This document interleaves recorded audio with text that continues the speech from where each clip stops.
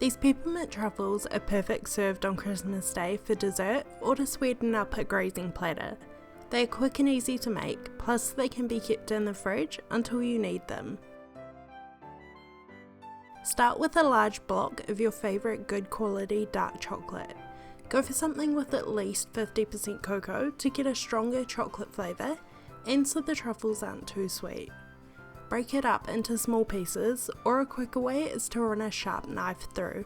The pieces don't need to be even, just make sure they aren't too big so they'll melt without a problem.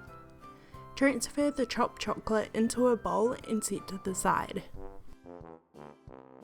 If you would like the full recipe for these peppermint truffles, it will be on my website as well as the full recipe in the description box below.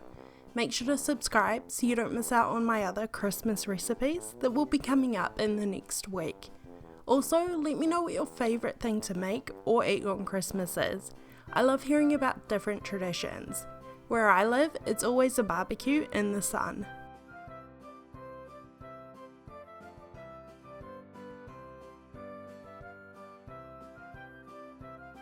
Clean up your work surface to remove any chocolate and find yourself a small sized heavy base saucepan. Measure out half a cup of cream and pour it in.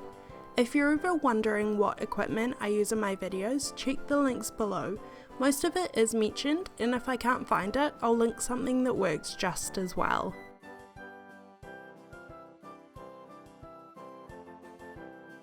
Place the saucepan over medium heat and bring the cream to a simmer. You don't want it to boil, just get it to that point just before boiling. When you start to see bubbles, remove it from the heat and pour over the chopped chocolate. This is essentially a ganache, but the measurements are a little different. It's going to turn out a lot thicker. Leave it for about 5 minutes so the cream has a chance to melt the chocolate, then fold it all together with a spatula until there are no longer any lumps. If you have any stubborn pieces of chocolate that hasn't melted, you can place the whole bowl in the microwave for about 30 seconds and stir again.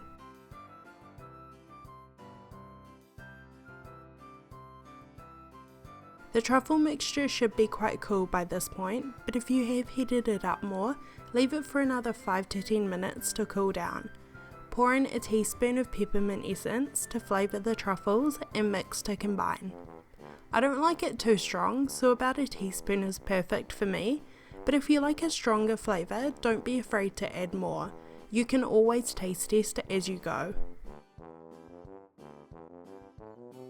Once everything is well combined, cover the bowl and place in the fridge for at least 6 hours, but overnight works best. You want to give the truffles a good chance to properly firm up before starting to form them into balls. You can also freeze the mixture at this point in case you wanted to make them at some point later on. When you are ready to make the truffles, remove the chocolate mixture from the fridge and start to form it into balls. The easiest way to do this is with a little ice cream or cookie scoop like I'm using. It measures the perfect amount each time so all the truffles turn out the same size. If you don't have one, you can also use little spoons, or a 1 tablespoon measuring spoon also works really well. Roll the chocolate in your hands to form smooth balls and place them on a baking sheet lined with baking paper so they won't stick to the tray. Repeat until you've used all of the chocolate. This is a messy job. The chocolate does start to melt all over your hands, but if it's getting too warm, just place the bowl in the freezer to firm everything back up.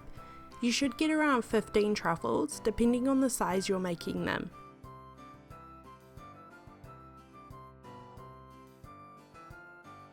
Once you've rolled all of the truffles, place them into the freezer for at least 30 minutes or even overnight to firm up.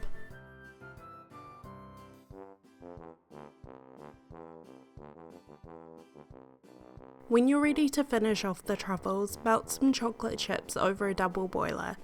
I'm using white chocolate and dark chocolate just to create a little contrast, but you can use whichever kind you would like. Remove the truffles from the freezer and start to coat them with the chocolate.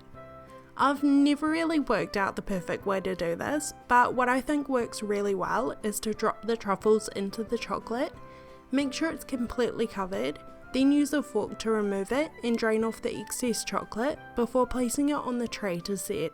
One tip I do have for you is to make sure your truffles are as cold as possible. This way the chocolate sets very quickly. Repeat with the remaining truffles.